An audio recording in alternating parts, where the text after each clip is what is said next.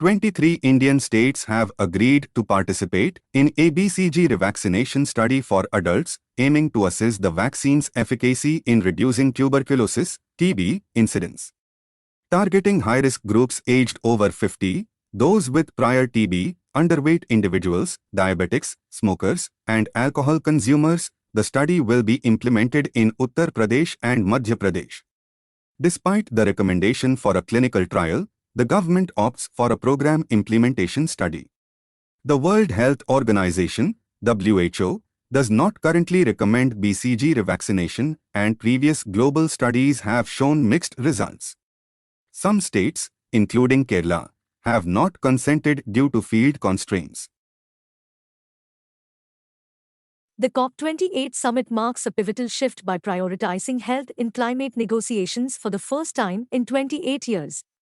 With rising greenhouse gas emissions causing extreme weather, air pollution, and altering disease patterns, 123 governments endorsed the COP28 Declaration on Climate and Health. This includes discussions on financing health resilience to climate change. Despite its significance, the declaration lacks specific mentions of fossil fuels as a driver of health threats, a concern voiced by epidemiologists. While addressing health in climate talks is crucial, the success of this health COP hinges on sustained focus in negotiations and robust commitments to phasing out fossil fuels for improved public health. Bihar is set to conduct a fresh house-to-house survey to evaluate the impact of its liquor prohibition despite amendments to the Bihar Prohibition and Excise Amendment Act 2016.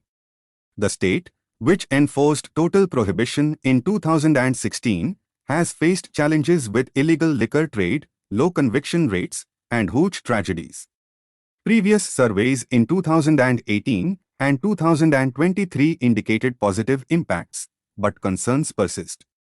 The government aims to gather feedback on the ban's support, economic conditions, and overall quality of life from at least 2,500 households across all 38 districts, with results expected to influence new measures. Malaysia has granted visa-free entry to Indian citizens until 31 December 2024, valid for 30 days. This move is part of Malaysia's post-COVID recovery strategy, aiming to boost tourism. With scenic locations such as Langkawi, the country seeks to attract Indian tourists who have become a significant visitor group. Malaysia joins about 26 other countries, including Sri Lanka and Thailand, offering visa-free travel to Indians. While such facilities are temporary and subject to security clearance, various nations, such as Singapore, Egypt, and Albania, provide e-visa facilities to streamline the travel process for Indian tourists. The Hamas leadership comprises key figures, including Yahya Sinwar, the leader in Gaza since 2017, Mohammed Deif, head of the military wing, and Ismail Haniyeh, the overall leader living in Qatar. Sinwar, a former prisoner, leads Hamas in Gaza, and Deif, also from Gaza, survived multiple Israeli attempts on his life. Haniyeh was Gaza's prime minister until 2017, then became Hamas political bureau chairman. Mishal, a founding member, previously chaired the political bureau. Israel regards Deif and Sinwar as connected to an attack targeting Hamas top command, causing tensions. These leaders have endured arrests, attacks, and exile but remain central to Hamas' organizational strength and political strategies. Irish author Paul Lynch's fifth novel, Prophet Song, has won the Booker Prize for 2023.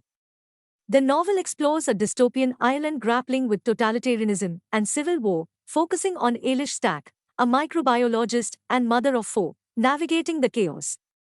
Lynch addresses modern problems, emphasizing radical empathy, urging readers to experience the depicted issues.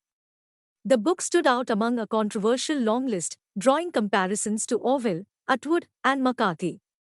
Lynch aims to shake Western readers out of complacency, delving into the unrest in democracies and the global refugee crisis's implications. The novel highlights the contemporary social and political anxieties. New York-based attorney Gurpatwant Singh Pannun, Central to the India-US crisis over an alleged assassination attempt, initially gained public attention for campaigning against Aam Aadmi Party's fundraising in Canada. Founding Sikhs for Justice in 2007, focused on securing justice for victims of the 1984 anti-Sikh violence, Pannun became prominent following the killing of Hardeep Singh Nijjar in Canada in June. The recent US allegation of an assassination plot against him has fueled tensions. Pannun, declared a terrorist by India, faces charges under the Unlawful Activities Prevention Act. He has not visited India recently and holds dual US-Canada citizenship.